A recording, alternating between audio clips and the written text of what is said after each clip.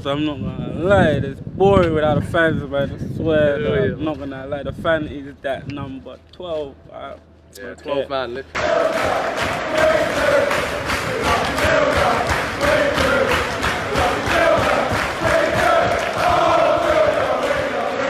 I don't, literally, I don't know what football is without fans. Nothing. I remember one game, I think you said it was Blackburn at home. Yeah, and Blackburn we're all going, whoa, and then there's you with the flag. Yeah. Bill, no, give us away. That was sick. I was telling you, man. Like the atmosphere, like when I see the difference, like I think last game probably was the loudest in the actual ground. Between Forest, Swansea and Cardiff, I'd much rather have Cardiff because, in my opinion, they pose less of a threat to us than Forest did. I'd rather have Robert Glatzel up against us than Lewis Grabban. And they might have players like Junior Hoylett and Mendes Liang and stuff like that, but I just feel like generally Forest pose more of a threat. So I think Cardiff are there for the taking. We've beaten them once this season since lockdown as well. We can do it again, no problem. We've got Cardiff.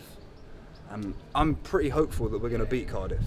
I'm not too worried about them. I'm more worried about having to probably play Brentford in the final. Cardiff, they've got Neil Harris. I associate Neil Harris as being a long ball merchant. Not quite as bad as Colin. But look, Neil Harris, he's the one who lost 4-0 to us, giving us 89% possession, as like I said before.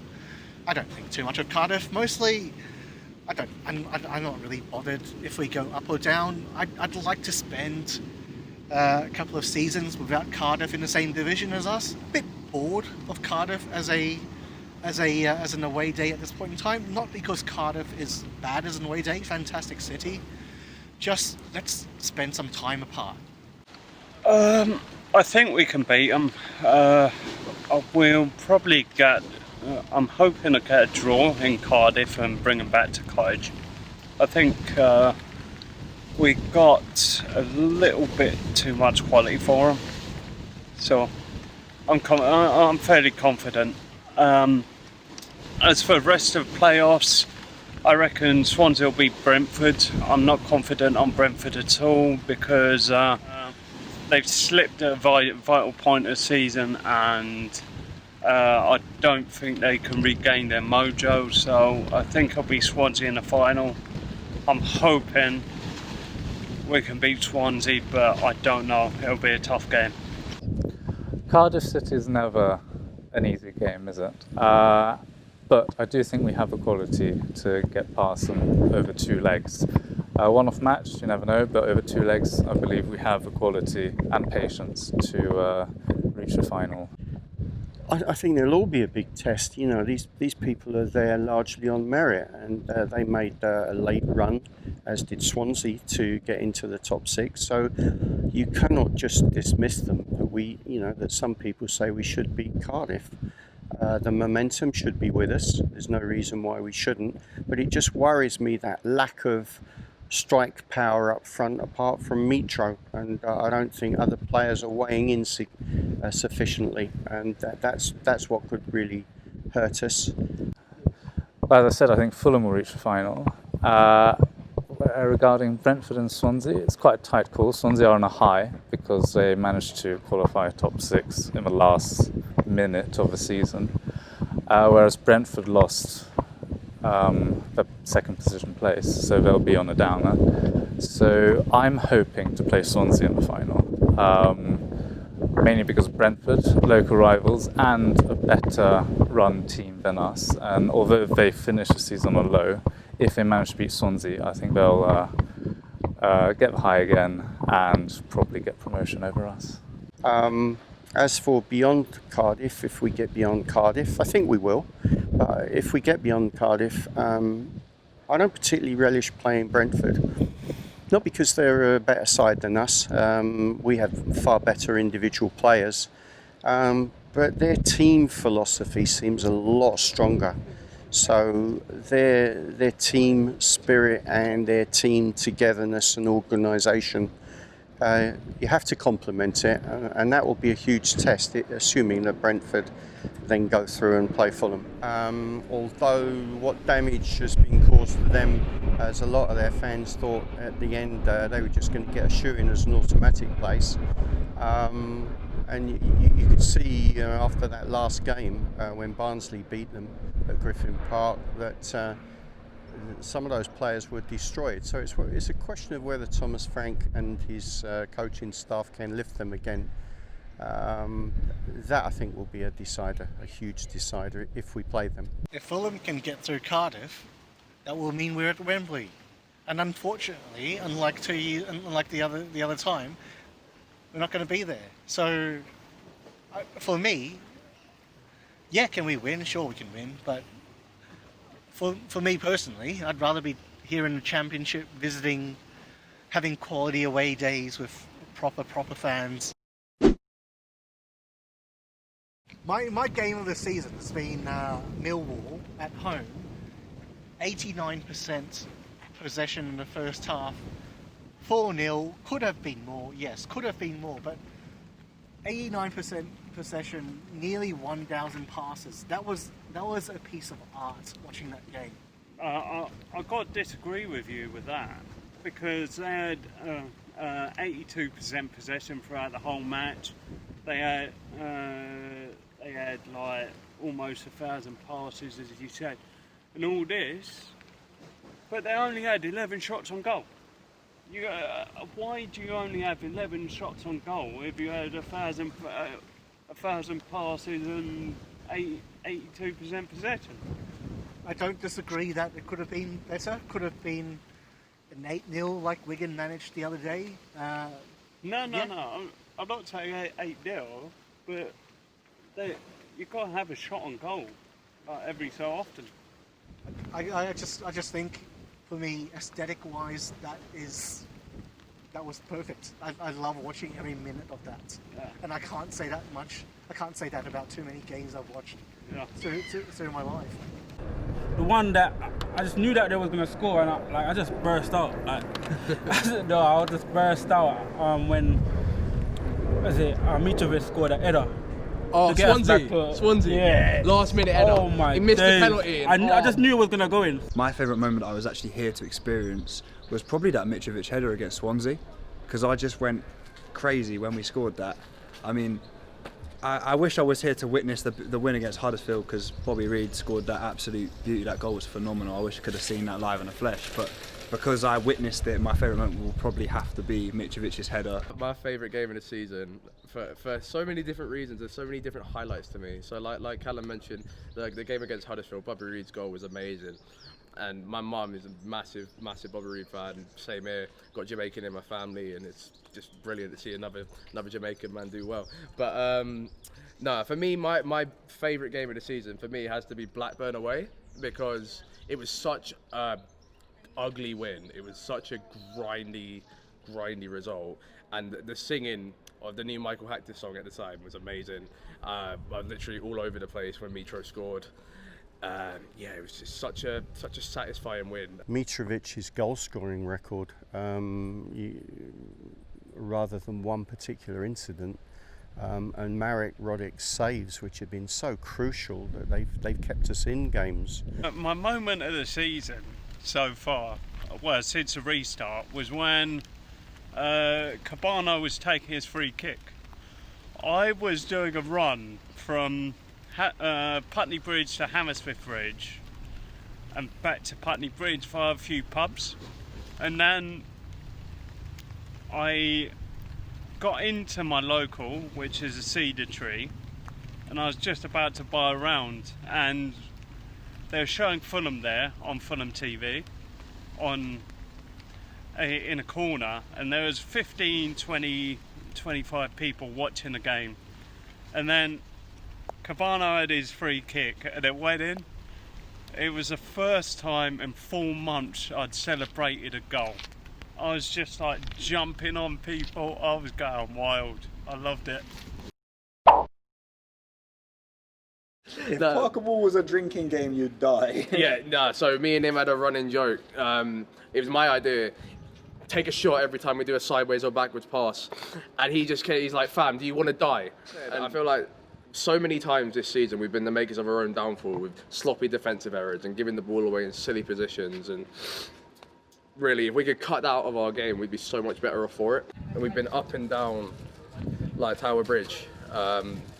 It's had its highs, it's had its lows, it's had its moments. I can't really describe it. It's been crazy to say the least. I wouldn't say it's been as incredible as I'd hoped at the start of the season, but it's definitely been good. Like I can't complain. We're in a playoff fight. We are fighting for promotion, and that is what I wanted from the start of the season. Would have liked to have gone automatically, but unfortunately we've fallen short. It's all still to play for. I just think I can't fault Parkerball, but I feel like there has been times where potentially the style of play has let us down. I mean, we showed a glimpse of it against Sheffield Wednesday. We gave away a stupid error which led to a penalty goal. There are a few games that I feel like if we were, like Barnsley, we tried to play out the back against Barnsley in the wind and we lost 4-0. Like we just looked awful. Like what did we show that game? We didn't show anything. Like there have been games where it has worked. Like we managed to grind out a 1-0 win against Birmingham after. But I think I can't sum up how good it has been just yet. I want to wait until the playoff final, because if we do, then I'll say it's been a great season because we've managed to go up. But if not, then I will be a bit disappointed, because I do feel like we have shown at times that we are good enough to go up. Our main issue with Parker is the lack of imagination on his part. Our play has been so predictable, slow, lacking in any serious attacking intent. There's been no combinations, no partnerships, and no overload in order to create goals. Most of our goals are kind of long-range screamers. Where are my tap-ins and chances created? We've got Mitrović, one of the best finishers in the league, and he's living off scraps. He's not really getting the opportunities to score the goals, despite hitting top goal scorer of the season. He could have had so much more. And just generally, he sticks to his formation. He doesn't make any changes. When it reaches 80 minutes and we're in the lead, he just sticks another defender on. He just is so routine for him. I think two things really. From his point of view, he's a rookie manager, and he would say he's done well getting into the playoffs, and got to cut him some slack on that. From my point of view as a supporter, I like being entertained, and I like you sometimes have to balance that with winning. I totally get that, but I feel I've not enjoyed the football this season. Simply because I don't like the way we set up, and I don't like the way we play. Where do I start? I think the midfield looks quite disjointed a lot of the time. We're always open to leaving lots of space on counter-attacks from the opposition. That changed a little bit when Harrison Reed came back, because he's an intelligent player and he can break a lot of that up. As I've said before, the service to Mitro has been abysmal. The variation, it's all the same. He does his best work facing goal. Yes, he's a hold-up player, but some of the crosses and all that, when using inverted wingers, means you're never going to get anyone to the byline to put a cross over, which Mitro would be facing goal, and that's where he's lethal. Other than Joe Bryan, that's about it. None of the other permutation of fullbacks gets forward and can cross a ball with any accuracy. Scott Parker needs to know what he's doing. He needs to know how he would react if we go a goal down, because a cautious approach only works if you take the lead and then defend. However, our strengths do not lie in defence. We have so many attacking players with so much creativity available, and yet we do not play to the advantage of that. So I would like for Parker to look at the season as a whole, see what's gone wrong, and in relation to the playoffs, kind of manage the team better and more attacking, because that's where our strengths lie. I think the season's been a bit up and down, considering our level of the squad. We are far better resourced than most of our competitors. I don't really think so. I mean, like, Leeds have got a great manager and they've got a great project. West Brom, well, he's going to be up there. It's a tough league to get out of. You get all sorts of teams in this league. I'm surprised Forest wasn't higher. I'm surprised, like, this is a serious league. This isn't Mickey Mouse. I think, yeah, to be honest, yeah, there are some clubs who are right down the bottom. Stoke haven't been out of the Prem for too long. They're right fairly down to the bottom. You got Borough who haven't been away from the top for that long. But yeah, I think for a club with our resources, with a billionaire signing checks off left, right, and centre to pay possibly over the odds for some of our players, I think we should be higher up. But we've got a bit of a novice manager who's done fairly okay. Yeah, I think the manager's been fine. I think he's done well. Yeah, but you don't get Bielsa. Bielsa is one in a million. He's a once in a generation. So fair play to Leeds. They've done fantastically, but I think there's some mistakes here and there that you do have to expect from Parker as a new coach having his first full season. But it's fair enough. No, I agree with that. Yeah. One thing this season that I've wondered about is the coaching as a unit. Scott has got people around him, obviously, that he trusts, which is important. But the goalkeeping coach and his assistant coach come from Tottenham, where I believe both of them coached at under 18 level, which is fine, but it's a huge jump up from under 18 football to Championship football and beyond. And with Stuart Gray, he provides a lot of the experience. All of them were defenders, although I think Stuart was also an attacking wing-back. But I just feel that we needed something more. And I'm a great believer in specialist coaches where you need them. Jurgen Klopp's done that this season with Rory Delap with throw-ons, because he wanted to get the ball faster as an option to Robbie Firmino. You look at Brentford, as much as it pains me to say it, but they have a dead ball coach specifically on how to defend and how to attack. You look at other clubs, I feel more than anything, even if it's only temporary, we need a forward coach to get the best out of the players in particular we've bought this season, and to improve them. I just feel, if you look at West Brom and Leeds, what links them is they have two very experienced head coaches and a teams with them as well, who can't learn anything from Marcelo Bielsa. But we haven't got that, and I'm sure Scott will have learned a lot from both those two guys. It's a learning line when you start coaching. Of that, I've got no doubt. But I feel that we needed something more. We got a lot of benefit, I believe, this season when Mark Schwarzer came in to train the young goalkeepers for a day, and I know some of those goalkeepers felt that they'd learned one hell of a lot in that day, which wasn't a reflection on the goalkeeping coaches we've got, but when you've got an international player who's got international experience and played in the top flight, you can't help but learn from that. So a forward coach would be my preference, either permanently or somebody to come in to work with them for a short period. My player of the season is Marek Rodák. He's look, all respect to Marcus Bettinelli, he's been a good servant for the club, but Marek Rodák, yeah, he's had 1-2 bad games, but his saves have just been magnificent. We were there when he got his red card at Borough.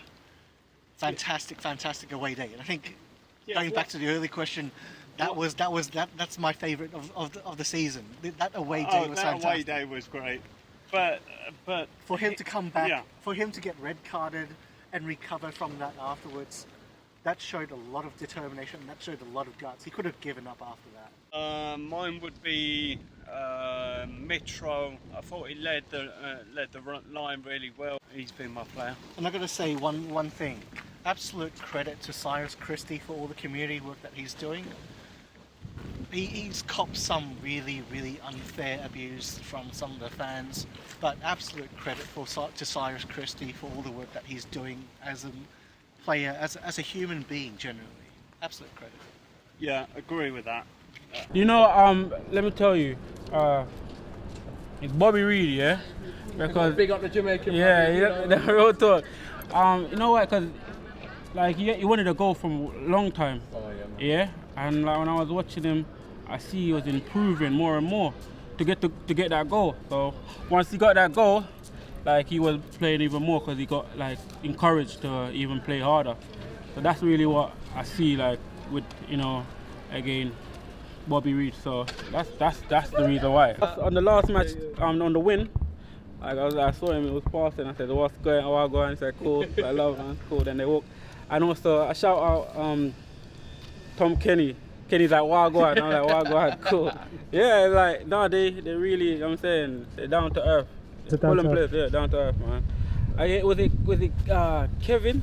Oh, Macca. Kevin, yeah.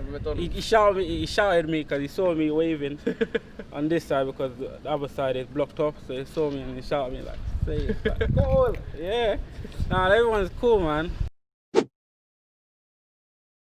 do you think about the Khans? Shahid and then Tony. I'm a fan of both. I think Shahid and Tony both do have club's best interests at heart. It took both of them quite a while to kind of get used to English football, how clubs are run here, transfer dealings and relationships with managers and so on and so forth. But I think because they have a genuine interest, genuine goodwill and the financial backing, I think they are a good thing for the club. Shahid Khan has put money where has supported the club financially, as he said he would. And Tony, despite some dodgy transfer windows, I think last window he really showed what he was capable of by bringing in some quality, at least championship level players. The problem, as I mentioned before, is that Scott Parker hasn't really managed them quite well. It's interesting because if you look back in past transfer windows with Jokanovic in charge, the dealings have not been ideal, but we had a good manager, whereas this time round we had very good dealings, but a very average manager, in this case, in the case of Parker. So yeah, big fans of Khans, Scott Parker less so. The Khans have done very, very well in terms of signing checks. The Khans have paid out a lot of money. Is all of it absolutely right? Possibly not, but they're throwing a lot of money in. Signing up Bobby Reed, signing up Cavallero, signing up Knockhart. We're not in a position like a couple of years ago when we finished a season with about 12 people in our squad. Big change from there. Big change throwing in so much money into building up the Riverside stand. I do think Tony is getting better on a very gradual basis. He's got his mind very much focused on this new project with the wrestling, which, look, it's his thing.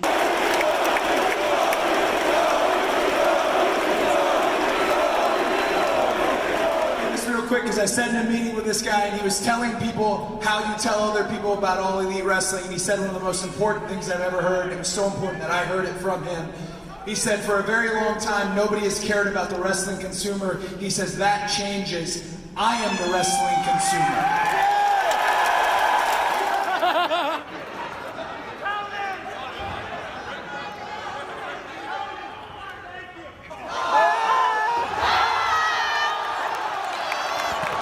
Well, the chairman, Shahid, has been absolutely brilliant.